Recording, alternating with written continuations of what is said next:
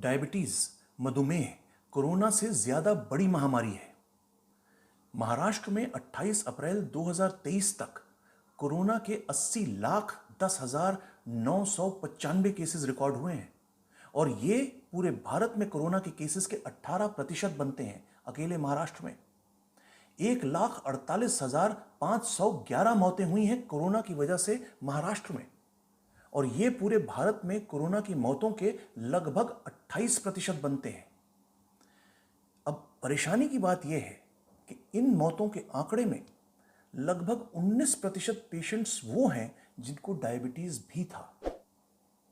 Diabetes Maharashtra में एक महामारी की तरह फैल रहा है।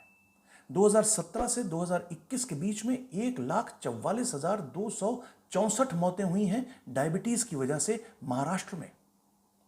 2019 और 2020 के आंकड़े यदि देखे जाएं तो 2020 में 36,651 मौतें हुई थीं महाराष्ट्र में डायबिटीज की वजह से, जो 19 के मुकाबले में 41% की वृद्धि है, बढ़ोतरी है। और यही आंकड़ा और बढ़ के 2021 में 39,536 हो जाता है मौतों का महाराष्ट्र में। पूरी दुनिया में 6 पेशेंट्स में से एक पेशेंट जो है वो भारत में है डायबिटीज का। 7,70,00,000 पेशेंट्स हैं भारत में डायबिटीज के। और तकलीफ की बात यह है कि अब यह महामारी ग्रामीण इलाकों में फैल रही है।